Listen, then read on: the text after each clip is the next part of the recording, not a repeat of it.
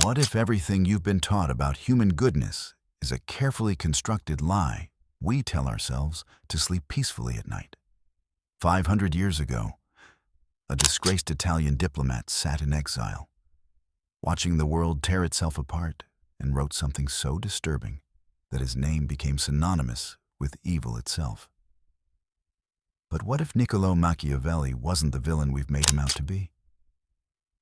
What if he was simply the only one brave enough to hold up a mirror to humanity's true face? Picture this: Florence, 1513. A man who once walked the corridors of power now lives in a cramped farmhouse, his political career destroyed, his reputation in ruins. Every morning, Machiavelli puts on his finest clothes before entering his study, as if preparing for an audience with princes and kings. But his only companions are the great minds of antiquity, speaking to him through ancient texts. And in this solitude, something remarkable happens. Freed from the need to flatter, to please, to pretend, he begins to write the truth as he sees it. Not the truth we want to hear, but the truth that makes our skin crawl. The result? The Prince. A slim volume that would shake the foundations of Western moral philosophy and give birth to what we now recognize as an unflinching analysis of human nature at its most calculating, most ruthless, most real. But here's where it gets interesting. Was Machiavelli a cynic who reveled in humanity's darkness? Or was he a realist who understood something about human psychology that we're still struggling to accept today? Machiavelli's worldview rests on a foundation that most of us would rather not acknowledge. He believed that people are fundamentally selfish, easily corrupted, and governed more by fear than by love. Men, he wrote, are ungrateful, fickle, liars, and deceivers. Not some men, not bad men, just men, all of us. Think about that for a moment. How does it feel to be included in that assessment? Your first instinct is probably to protest, to cite examples of human kindness, sacrifice, heroism. And you'd be right to do so. But would you be telling the whole story? Machiavelli argues that our noble actions often spring from ignoble motivations. We're generous when it costs us little. We're brave when we're watching. We're honest when lying would bring consequences. Strip away the social conditioning, the legal structures, the watchful eyes of society. And what remains? According to Machiavelli, something far more primitive. Something we'd rather not examine too closely. This is where dark psychology enters the frame. Dark psychology explores the hidden mechanisms of human manipulation, the ways we influence and control each other, often without conscious awareness. It asks uncomfortable questions. What drives a person to manipulate others?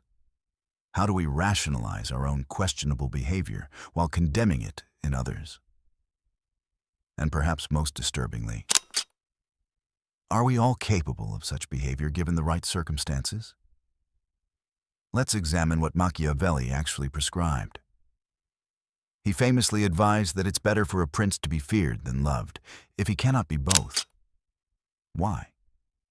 Because love is fickle, dependent on the whims of others, while fear is a tool you control. People will abandon you when loving you becomes inconvenient, but they'll hesitate to betray you when they fear the consequences. Is this cynical? Or is it observational? Consider modern leadership, whether in politics, business, or even relationships. How often do we see Machiavellian principles in action, dressed up in the language of tough love, necessary decisions, or strategic thinking? The CEO who fires thousands to boost stock prices, the politician who abandons principles for votes, the friend who withholds affection to maintain control.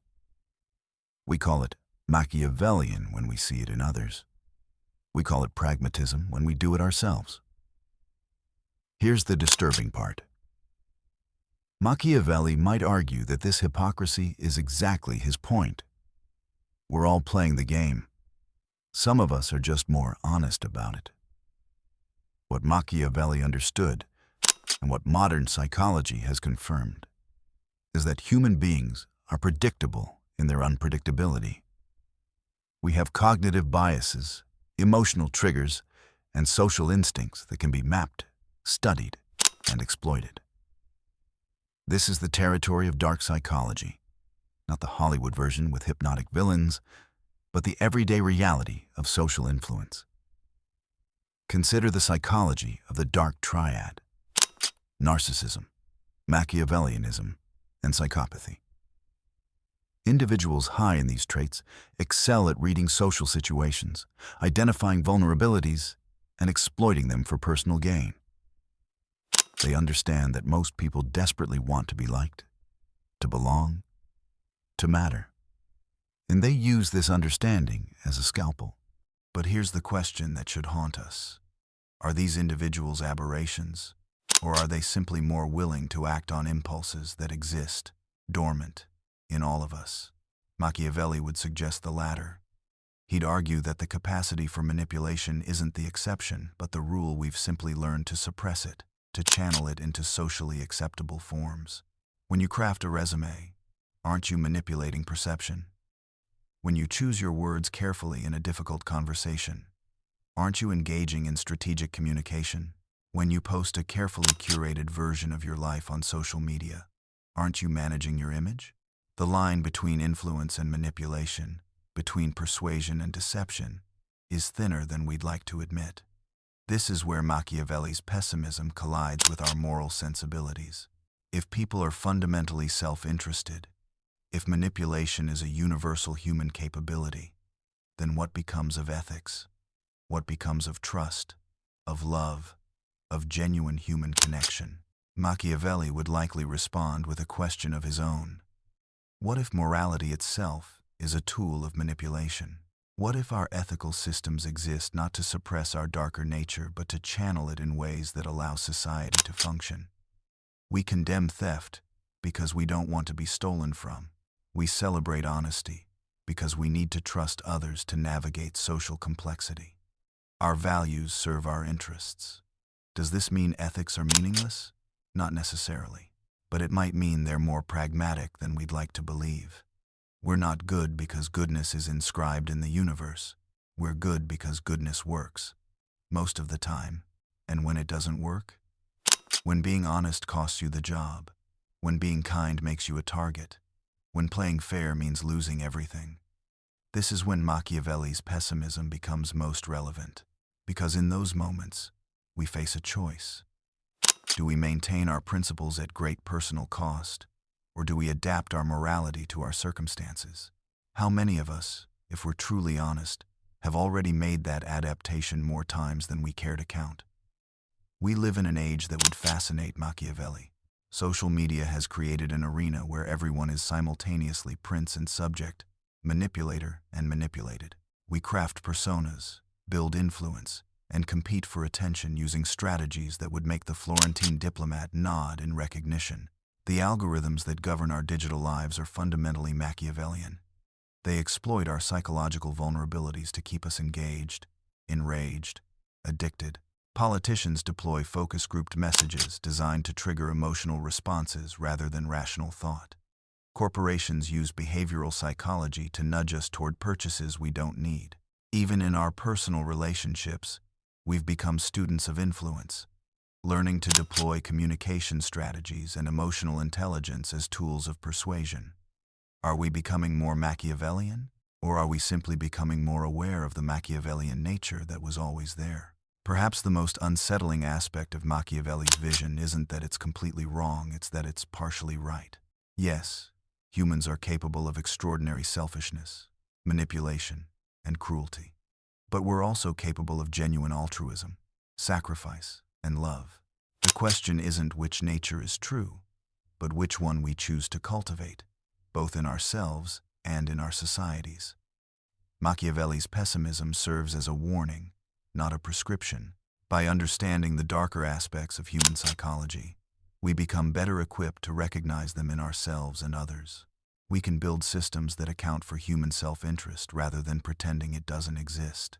We can approach relationships and leadership with clear eyes, acknowledging the potential for manipulation while striving for something better. The danger isn't in reading Machiavelli. The danger is in either embracing his pessimism as the whole truth or dismissing it entirely, leaving ourselves blind to the very real darkness that exists within human nature. So we return to our disgraced diplomat in his farmhouse, conversing with the ancients, writing words that would echo through centuries. Was Machiavelli a monster who revealed the map to moral corruption? Or was he a realist who understood that acknowledging our capacity for darkness is the first step toward transcending it? Maybe the answer is both. Maybe it's neither. Maybe the question itself is Machiavellian, designed to make us choose between false alternatives, while the truth lies somewhere in the complicated middle. What Machiavelli's pessimistic vision reveals about dark psychology is this: the darkness isn't external. It's not something that exists only in villains and sociopaths, safely separate from our own experience. It's woven into the fabric of human nature, existing alongside our capacity for good. And the most dangerous people aren't those who acknowledge this darkness, they're the ones who deny it exists at all. Because you can't guard against a threat you refuse to see. The question, then, isn't whether we have the capacity for manipulation, selfishness, and calculated cruelty. The question is, what do we do with that knowledge? Do we use it as permission or as warning? Do we embrace it as truth or fight it as tendency? 500 years later, Machiavelli's mirror is still held up to humanity's face. The reflection hasn't changed, but perhaps our willingness to look at it has.